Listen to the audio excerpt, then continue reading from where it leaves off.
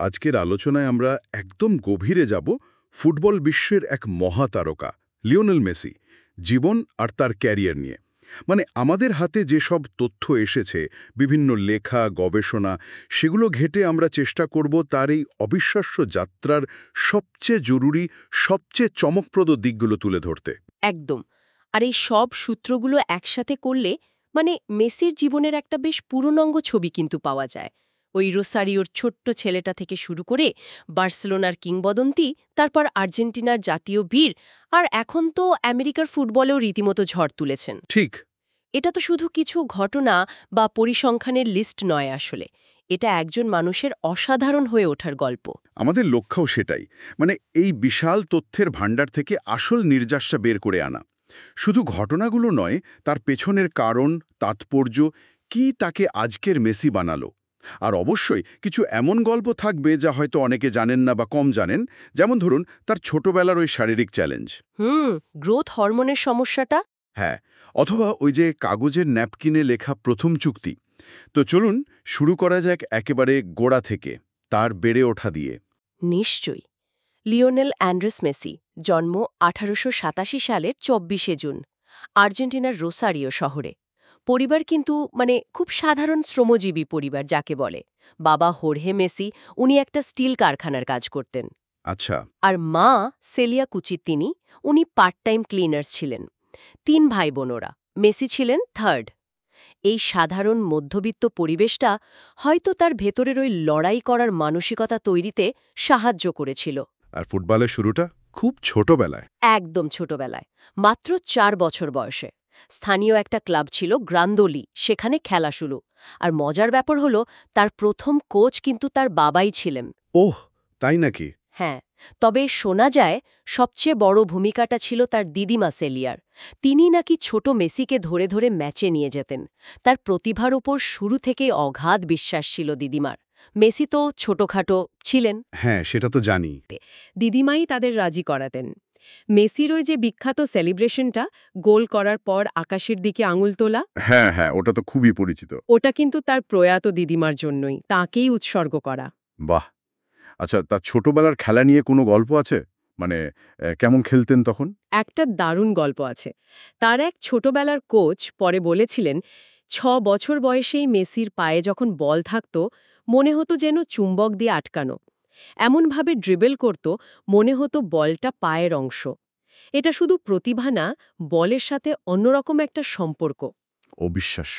এরপর 8 বছর বয়সে তিনি যোগ দেন শহরের আরেকটু বড় ক্লাবে, নিউওয়েলস ওল্ড বয়েজের ইউথ টিমে। তাদের একটা দল ছিল মেশিন অফ 87 নামে পরিচিত, মানে 1987তে জন্ম নেওয়া ছেলেদের নিয়ে। সেই দলটা নাকি প্রায় অজেয় ছিল। আর মেসি সেই দলের হয়ে কত গোল করেছিলেন তার ইয়ত্তা নেই, প্রায় 500 গোল যুব পর্যায়ে। 500 গোল? হ্যাঁ, কিন্তু সমস্যাটা ছিল অন্য জায়গায়। তার ওই শারীরিক গঠন, তাই তো? একদম। সমবয়সীদের থেকে তিনি বেশ ছোট ছিলেন, চোটে পড়ার মতো। আর ঠিক এর পরেই ধরা পড়ল আসল সমস্যাটা। 10 বছর বয়স তখন, জানা গেল তার গ্রোথ হরমোন ডেফিসিয়েন্সি আছে, মানে জিএইচডি। শরীরটা ঠিকঠাক বাড়ছিল না। এটা তো বিশাল ধাক্কা, বিশেষ করে একজন ফুটবলারের জন্য। অবশ্যই, এটা তার জীবনের, তার ক্যারিয়ারের প্রথম বিরাট চ্যালেঞ্জ। চিকিৎসার খরচ ছিল অসম্ভব, মানে তখন মাসে প্রায় $1000। ভাবুন একবার, সেই সময় আর্জেন্টিনার যা অর্থনৈতিক অবস্থা, একটা সাধারণ পরিবারের পক্ষে এই খরচ চালানো প্রায় অসম্ভব। আর্জেন্টিনার কোনো ক্লাব এগিয়ে আসেনি। রিভার প্লেটের কথা শোনা যায়। হ্যাঁ, রিভার প্লেট আগ্রহ দেখিয়েছিল, কিন্তু শেষ পর্যন্ত তারা ওই চিকিৎসার পুরো খরচটা দিতে রাজি হয়নি। এখানেই বোঝা যায় প্রতিভা থাকলেই হয় না, বাস্তবতার চ্যালেঞ্জগুলো কতটা কঠিন হতে পারে। তাহলে উপায় কি হলো? উপায় হলো ওই ইনজেকশন।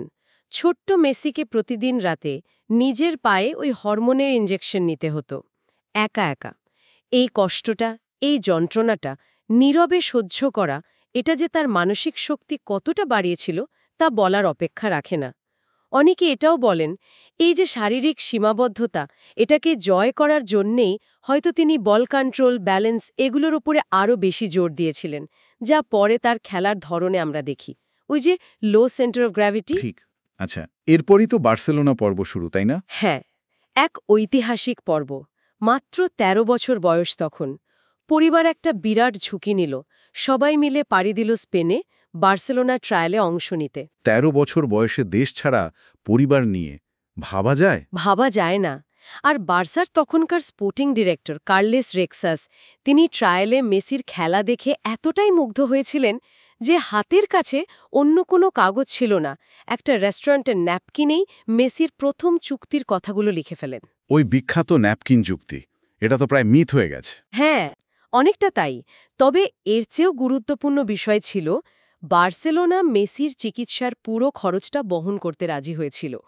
এই একটা সিদ্ধান্ত হয়তো ফুটবল বিশ্বের ইতিহাসটাই পাল্টে দিয়েছে। নিঃসন্দেহে। শুধু চিকিৎসা নয়, এরপর তো লা মাসিয়া।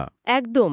বার্সেলোনার সেই বিখ্যাত ফুটবল একাডেমি লা মাসিয়া, সেখানেই তার আসল ফুটবলীয় শিক্ষা শুরু। তবে স্পেনে এসেও শুরুটা সহজ ছিল না মোটেও। মা আর ভাই বোনেরা আর্জেন্টিনায় ফিরে গিয়েছিলেন কিছুদিন পর। মেসি একাই বাবার সাথে বার্সেলোনায় থেকে যান। খুব কঠিন সময় নিশ্চয়ই। একা একা? প্রচণ্ড হোমসিকনেসে ভুগতেন, প্রায়ই একা একা কাঁদতেন। ভাষার সমস্যাও ছিল শুরুতে। কিন্তু ফুটবল মাঠটাই হয়ে উঠেছিল তার সব দুঃখ ভোলার জায়গা, তার আশ্রয়। আর এখানেই তিনি পেয়েছিলেন তার ছোটবেলার বন্ধু জেরার্ড পিকে, সেস ফ্যাব্রিগাস, যারা পরে নিজেরাও বড় তারকা হয়েছেন। হ্যাঁ, লা মাসিয়ার ওই পরিবেশ, সেখানকার কোচিংয়ের ধরন, এগুলো তাকে বার্সেলোনার খেলার স্টাইলের সাথে একেবারে মিশে যেতে সাহায্য করেছিল। এরপর ধীরে ধীরে সিনিয়র টিমের দিকে এগোনো। প্রথম ম্যাচ কোনটা ছিল? প্রথম ম্যাচটা ছিল একটা প্রীতি ম্যাচ, ২০০৩ সালের নভেম্বরে, পোর্তোর বিপক্ষে। মজার কথা, পোর্তোর কোচ তখন ছিলেন হোসে মরিনহো। ও, তবে অফিসিয়াল ডেবিউ হয় পরের বছর ২০০৪ সালে এসপ্যানিওলের বিপক্ষে। বয়স মাত্র ১৭। আর প্রথম গোলটাও মনে রাখার মতো, ২০০৫ সালের ১ মে আলবাসেতের বিপক্ষে বদলি হিসেবে নেমে গোল। আর অ্যাসিস্টটা কার ছিল জানেন? কার? রোনাল্ডিনহোর, তৎকালীন বিশ্বের সেরা খেলোয়াড়। বাহ, এটা তো দারুণ একটা ব্যাপার। রোনাল্ডিনহোর ভূমিকাটা এখানে কিন্তু খুব গুরুত্বপূর্ণ ছিল। তিনি শুধু অ্যাসিস্ট করেই থেমে যাননি, মেসির গোলটা এমনভাবে সেলিব্রেট করেছিলেন যেন নিজেই গোলটা করেছেন। তিনি তো প্রকাশ্যে মেসিকে আমার ছোট ভাই বলতেন। এটা তো দারুণ অনুপ্রেরণা নিশ্চয়ই একজন তরুণ খেলোয়াড়ের জন্য। অবশ্যই, একজন লাজুক প্রতিভাবান তরুণের জন্য এরকম একজন মহাতারকার উষ্ণতা, তার অভিভাবকত্ব যে কতটা আত্মবিশ্বাস জুগিয়েছিল তা বলে বোঝানো যাবে না। বার্সেলোনা এখানে শুধু টাকা দিয়েই দায় সারেনি, তারা একটা সাপোর্টিভ পরিবেশও তৈরি করেছিল। একটা কথা শোনা যায়, আর্সেনাল নাকি মেসিকে চেয়েছিল একসময়। হ্যাঁ, এটা সত্যি। ২০০৫-এর দিকে সেস ফেব্রেগাসের দলবদলের যখন কথাবার্তা চলছিল, তখন আর্সেন ওয়েঙ্গার মেসিকে লোনে নেওয়ার ব্যাপারে বেশ আগ্রহী ছিলেন। ওয়েঙ্গার নিজেও পরে স্বীকার করেছেন, কিন্তু মেসি নিজেই বার্সা ছাড়তে রাজি হননি। ভাবলে অবাক লাগে, ইতিহাসটা তো অন্যরকম হতেই পারত। হতেই পারত, কিন্তু হয়নি। এরপর ২০০৮ সালে পেপ গার্দিওলার আগমন, আর সেটা বার্সেলোনা আর মেসির জন্য একটা নতুন যুগের সূচনা করল। গার্দিওলা এসে তো বেশ কিছু বড় পরিবর্তন এনেছিলেন দলে। একদম। তিনি এসেই রোনালদিনহো, ডেকোর মতো সিনিয়র তারকাদের ছেড়ে দিলেন, আর মেসিকে বানালেন দলের কেন্দ্রবিন্দু। তবে সবচেয়ে বড় যে কৌশলগত পরিবর্তনটা আনলেন সেটা ২০০৯ সালে। মেসিকে তার চিরাচরিত পজিশন থেকে সরিয়ে খেলাতে শুরু করলেন ফলস নাইন হিসাবে। ফলস নাইন, এটা তো তখন বেশ নতুন ধারণা ছিল, তাই না? হ্যাঁ, বলতে গেলে ফুটবল কৌশলের জগতে একটা বিপ্লব এনেছিল এই মুভটা। উইঙ্গার বা অ্যাটাকিং মিডফিল্ডার নয়, একেবারে সেন্ট্রাল রোলে কিন্তু একটু ডিপ থেকে খেলা শুরু করা। আর এর ফলও তো সাংঘাতিক পাওয়া গিয়েছিল। ২০০৯ সালের ট্রেবল জয়। ঠিক, প্রথম স্প্যানিশ ক্লাব হিসেবে বার্সেলোনার সেই ঐতিহাসিক ট্রেবল জয়, লা লিগা, কোপা দেল রে আর চ্যাম্পিয়ন্স লিগ। রোমে ম্যানচেস্টার ইউনাইটেডের বিপক্ষে চ্যাম্পিয়ন্স লিগ ফাইনালে মেসির ওই হেডের গোলটা। হ্যাঁ, মনে আছে, দারুণ গোল ছিল। অনেকেই বলতো মেসি হেড করতে পারে না। সেই সমালোচকদের জবাব ছিল ওই গোলটা। গার্ডিওলার অধীনে মেসি যেন অপ্রতিরোধ্য হয়ে উঠলেন। ওই ফলস নাইন রোলে তিনি শুধু গোল করতেন না, খেলা তৈরি করতেন, সতীর্থদের দিয়ে গোল করাতেন, মানে পুরো আক্রমণের মোহর ছিলেন তিনি। আর ব্যক্তিগত পুরস্কার, ব্যালন ডি'র? সে তো ইতিহাস। টানা ৪ বার, ২০০৯, ২০১০, ২০১১, ২০১২। এটা একটা অবিশ্বাস্য রেকর্ড। ২০১১ চ্যাম্পিয়ন্স লিগ ফাইনালে ওয়েম্বেলিতে, আবার ম্যানুয়ের বিপক্ষে মেসির পারফরমেন্স দেখে স্যার অ্যালেক্স ফার্গুসন বলেছিলেন, মেসি অপ্রতিরোধ্য, সর্বকালের সেরাদের একজন। আর ২০১২ সাল ওই ৯১ গোলের রেকর্ড। উহ, এক ক্যালেন্ডার বছরে ক্লাব আর দেশের হয়ে ৯১ গোল, ভাবা যায়? জার্মান কিংবদন্তি গার্ড মুলারের ৪০ বছরের পুরনো রেকর্ড ভেঙে দিয়েছিলেন। এটা শুধু একটা সংখ্যা নয়, এটা তার অবিশ্বাস্য ধারাবাহিকতার প্রমাণ। প্রায় প্রতি ম্যাচেই গোল বা অ্যাসিস্ট। আর এই সময় তো শুরু হলো সেই মহাকাব্যিক দ্বৈরথ, মেসি বনাম রোনালদো। একদম। ক্রিস্টিয়ানো রোনালদো প্রথমে ম্যানচেস্টার ইউনাইটেডে ছিলেন, পরে ২০০৯ সালে যখন রিয়াল মাদ্রিদে এলেন, তখন থেকে এই প্রতিদ্বন্দ্বিতা অন্য মাত্রায় চলে গেল। এল ক্লাসিকো তখন আর শুধু দুটো ক্লাবের লড়াই থাকল না, ওটা হয়ে গেল মেসি বনাম রোনালদোর শ্রেষ্ঠত্বের লড়াই। ঠিক পুরো বিশ্ব তাকিয়ে থাকত ওই ম্যাচগুলোর দিকে।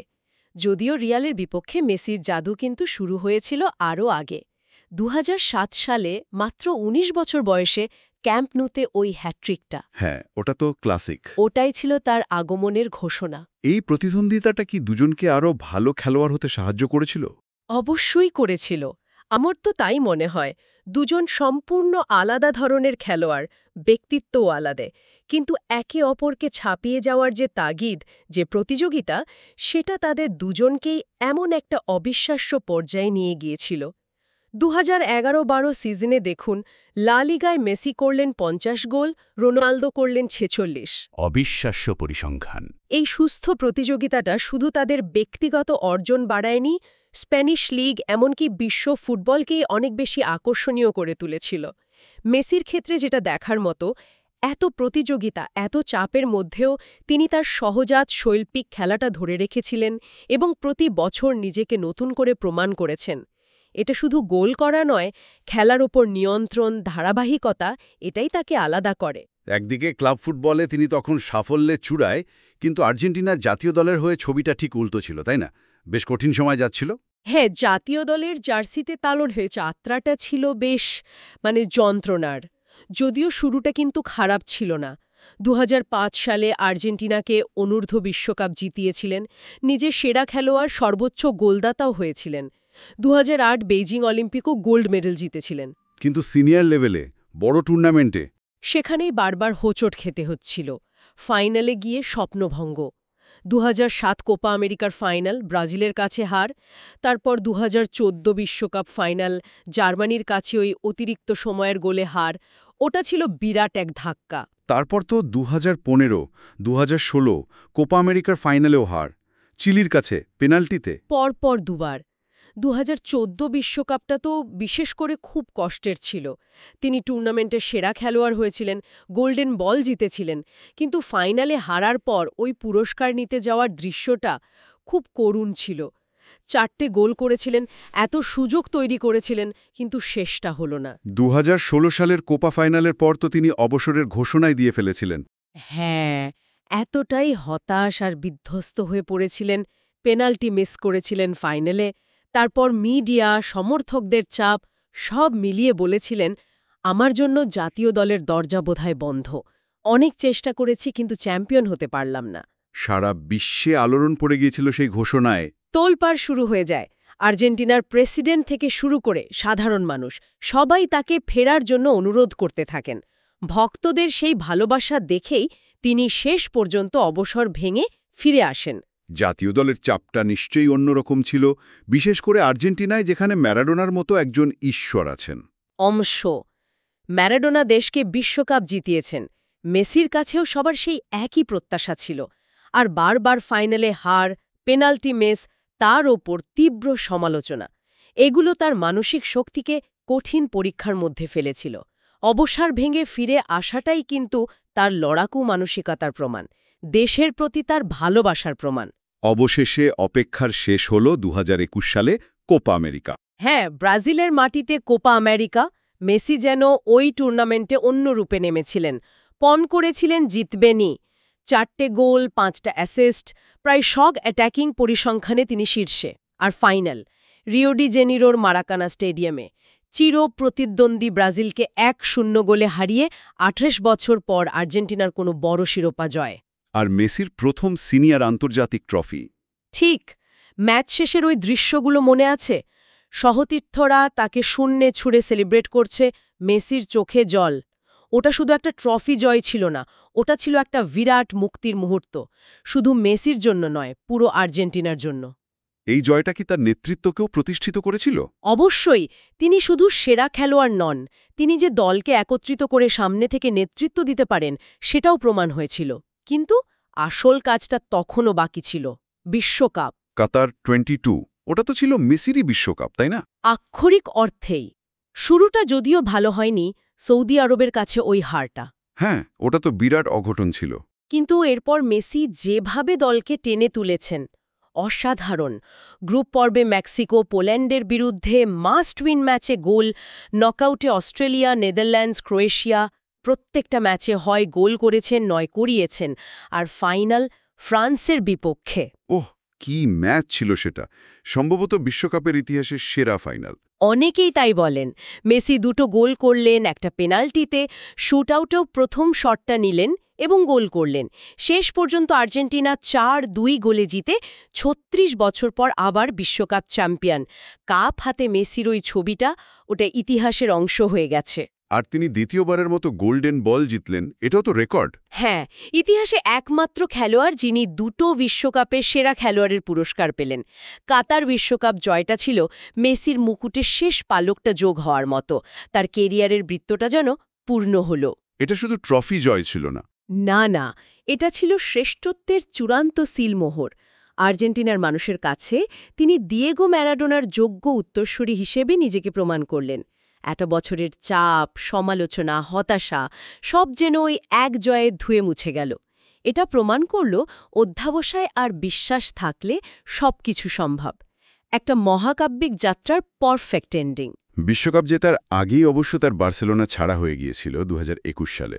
হ্যাঁ, ওটাও একটা খুব ইমোশনাল মোমেন্ট ছিল। ক্লাবের আর্থিক সংকটের কারণে 21 বছরের সম্পর্ক শেষ হয়, কান্নায় ভেঙে পড়েছিলেন বিদায় প্রেস কনফারেন্সে। এরপর গেলেন পিএসজিতে, প্যারিস সেন্ট জর্মেই। হ্যাঁ, সেখানে নেইমার, এমবাপের মতো তারকাদের সাথে খেললেন, দুটো লিগ 1 টাইটেলও জিতলেন। কিন্তু কেন যেন মনে হয় ওই সংযোগটা ঠিক জমেনি, না মেসির দিক থেকে না সমর্থকদের দিক থেকে। বিশেষ করে চ্যাম্পিয়ন্স লিগে সাফল্য না পাওয়াটা বেশ সমালোচিত হয়েছিলেন। তবে এমবাপের সাথে তার কিছু বোঝাপড়া কিন্তু দারুণ ছিল। কিছু অসাধারণ গোল, অ্যাসিস্ট আমরা দেখেছি। তা দেখেছি। পিএসজির সাথে 2 বছরের চুক্তি শেষ হওয়ার পর 2023 সালে মেসি কিন্তু সবাইকে বেশ অবাক করে দিয়েই যোগ দিলেন আমেরিকার মেজর লিগ সকারে, ইন্টার মায়ামিতে।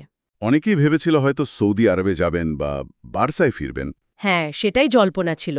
কিন্তু তিনি বেছে নিলেন আমেরিকার চ্যালেঞ্জ। আর সেখানে গিয়ে তো প্রায় ম্যাজিকের মতো ক্লাবের ভাগ্য বদলে দিলেন।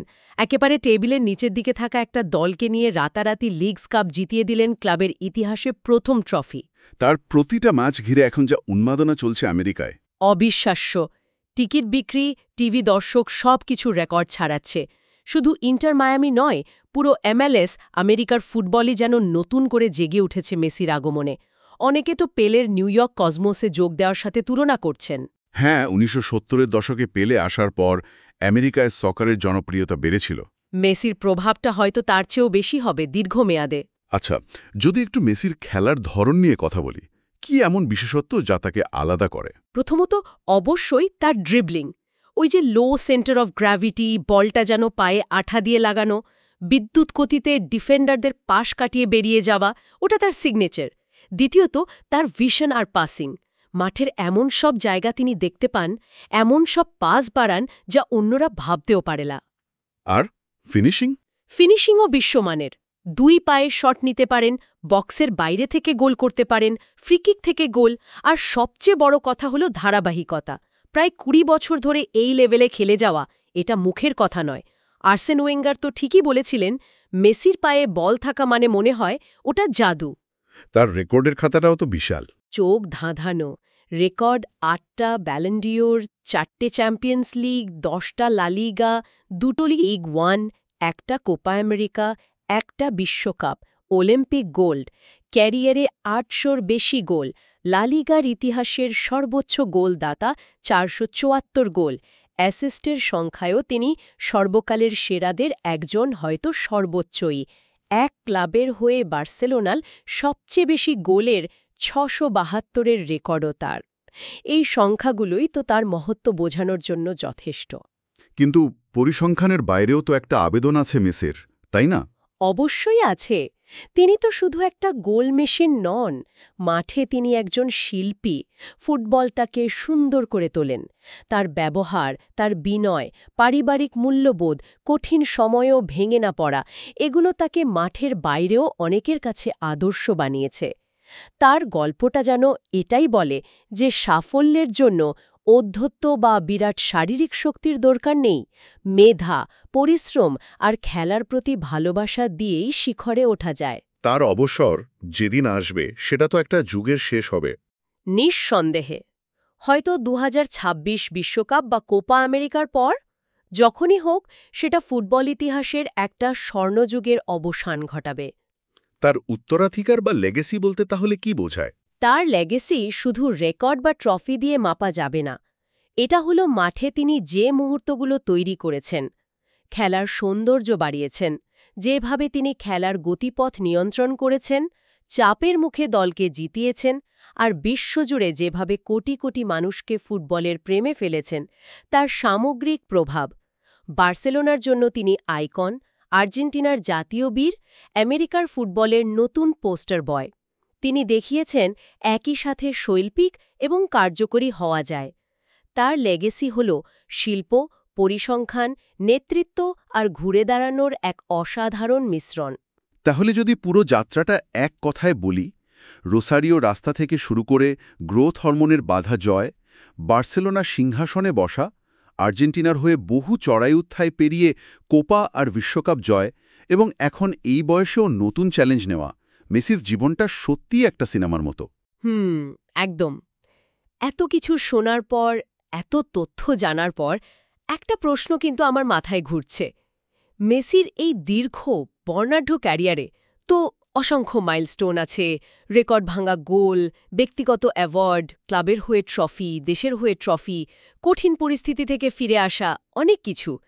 কিন্তু যদি একটা মাত্র মুহূর্ত বা অর্জনকে বেছে নিতে বলা হয়, যা তাকে শুধু একজন গ্রেট প্লেয়ার থেকে সর্বকালের সেরা বা গোটের বিতর্কের একেবারে কেন্দ্রে নিয়ে এসেছে, সেটা কোনটা হবে?